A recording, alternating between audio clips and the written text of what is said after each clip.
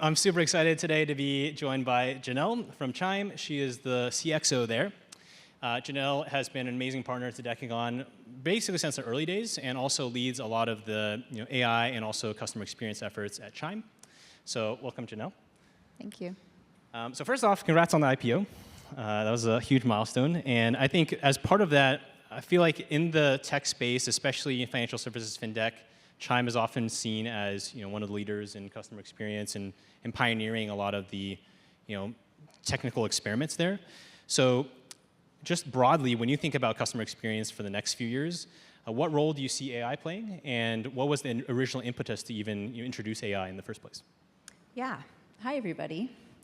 Can I just say I'm so distracted because that's where I got married, on Treasure Island. So, so funny. Many, many moons ago. Anyway, well, like you said, we started talking over a year ago because Chime cares very deeply about our customer experience. When you're trying to provide banking services and you're talking about somebody's money and you don't have branches, you're asking that customer to take a pretty big leap of faith. And so from the very get-go, the company, I think, has always felt very strongly that investing in the best quality customer experience was necessary. And one thing we were struggling with was the quality of experience that the tech we had been using just wasn't good enough. And so recognizing the need to explore how Gen AI could really support and complement our agents in helping our customers in those really important moments that matter was critical for us. And so we took a leap of faith. We all fail forward. We start with small experiments, we see what's there, and it became very, very clear to us a year ago, maybe a little bit longer, that this was the right direction for us, and we really started leaning in.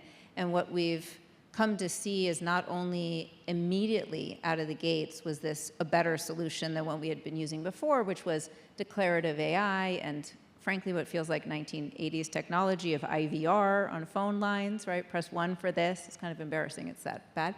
That this was way better. And what we're now really exploring is how do we keep pushing the envelope so that our real objective of creating the highest quality experience is possible.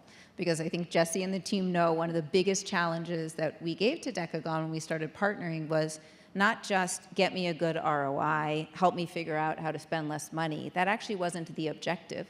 Our objective was how do I, at bare minimum, start ROI neutral, but deliver a higher quality CSAT, or we use an NPS type of score. We were really not interested in cost savings, which we now, of course, are very interested in now that we know there's something there, but starting from a baseline of really creating an experience for our customers that makes a big difference. And so starting with chat, I think, was a great place for us. And at the beginning of this year, we started going into voice. And so that has now taught us, for us, we GA'd those two big channels. We now see a new status quo where every customer interaction begins with the Gen AI bot. Her name is Jade. And then it moves to an agent if our customer decides that that's needed. And that, I think, is a really big deal, Jesse. Not this idea that this now replaces it, but that we're now putting something in the hands of our customer for them to get immediate resolution if they want it, and if they're not feeling comfortable, to go to the agent. And the data set it produces, I think, for both of our companies is teaching all of us about where do we need to keep innovating and pushing the envelope around making that experience so good so that we don't get that agent example that you were getting. And that, I think, for us is very much the future, and it totally changes the way we think about the role of the agents. Amazing.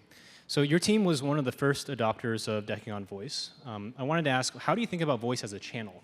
So there's multiple options for folks to write in. Do you see voice growing in the future? Do you see chat becoming more dominant? How do you internally view voice as a channel? So for us, voice is critical, and it may be different for all of our businesses, but again, like when we are someone's primary financial relationship, it usually has a level of urgency, right? When your account balance doesn't look right, when you're seeing transactions you don't recognize, that feels a sense of urgency. And so our customers tend to call us. 80% of our volume is through voice.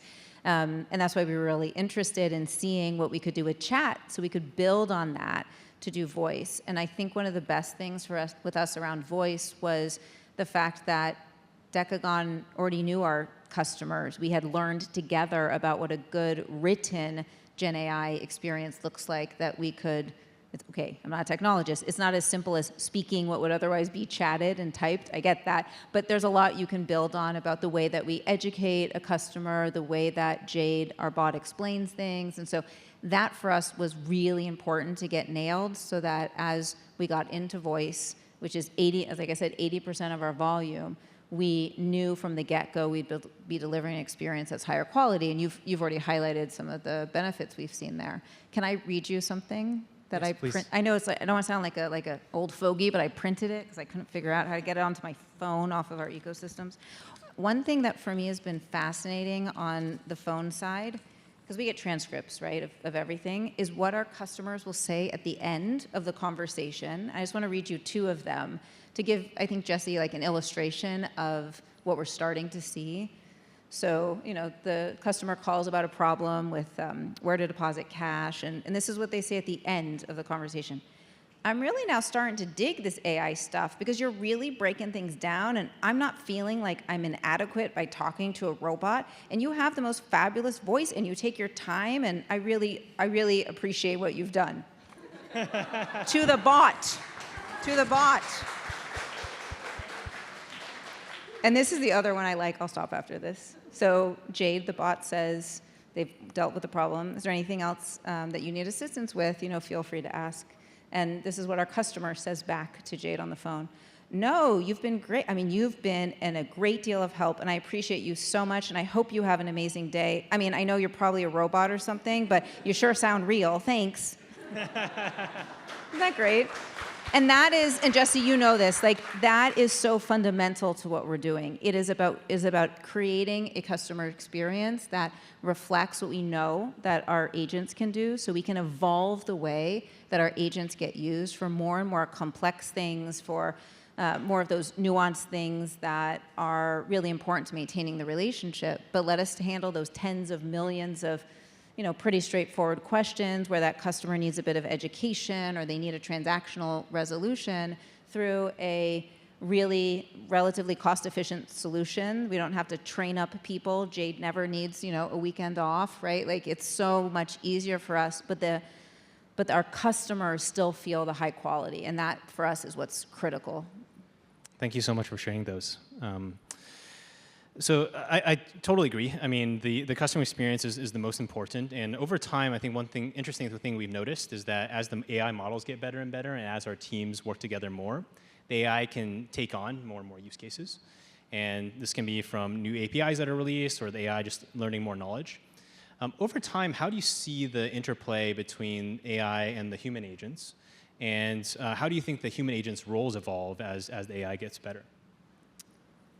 It's awesome where we are now as a starting point in terms, we call it automated resolution rate. What do people call it? Containment rate? Deflection rate, containment rate, resolution rate. See, those are not customer-obsessed words. That's why we call them automated resolution rate, so containment rate or deflection rate, whatever you want to call it. Because we don't view it as a deflection, right? We want to solve your problem. We just think we can use technology to do it. So depending on the channel, we're somewhere between 60, 70% of those inbounds being successfully solved through Jade. And so while we're really excited about that, as Jesse and the team know, we want to get like to 85. How amazing will that be? Can we get there today? No. You guys are continuing to innovate. We still have more use cases to unblock and so on. But that will be a slow and steady march, you know, in the coming quarters and maybe years that we go on to get there. The implication of that, of course, is flipped, right? That means the agents are getting fewer and fewer of those transactional or moderate type of work. The easy work is gone. The moderate work is starting to go, and all that will be left is the really hard stuff. And so what we think about, and we're starting work on this, is how do we think about our agent profile differently? How do we think about our agent tooling differently? How do we think about the connection between what our internal systems know about the customer, what Jade knows about the customer, to empower that agent every time that they're now on the phone in this future state we're walking into, where it's gonna be messy, where it's gonna be hard, where it's gonna be complex. And actually, we're starting to think, Jesse, about how do we need to change some of our policies and some of our agent empowerment areas, because those issue types are getting so complex, because we will know so much more about the customer than where we were a year ago, where 80% of what the agents did was transactional. That's how big of a change it's been for us, and why we're asking questions like, maybe our BPO agents are in the wrong place.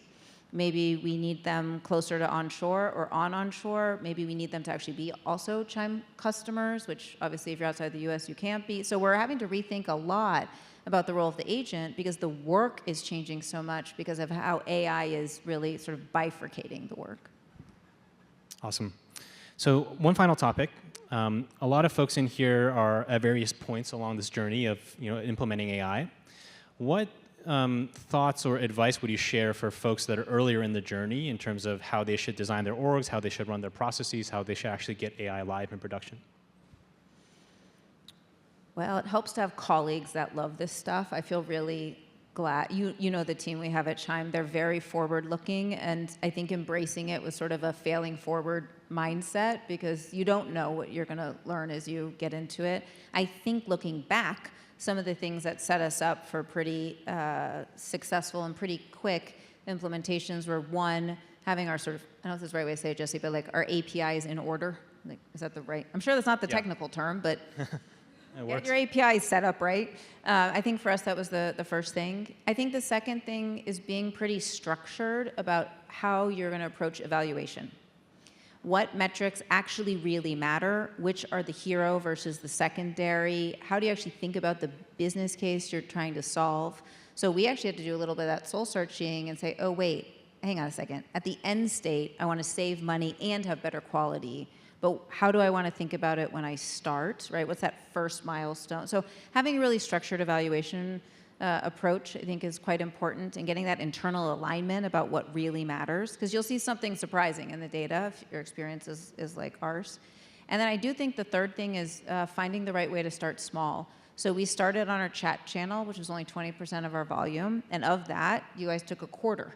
That's what we started with.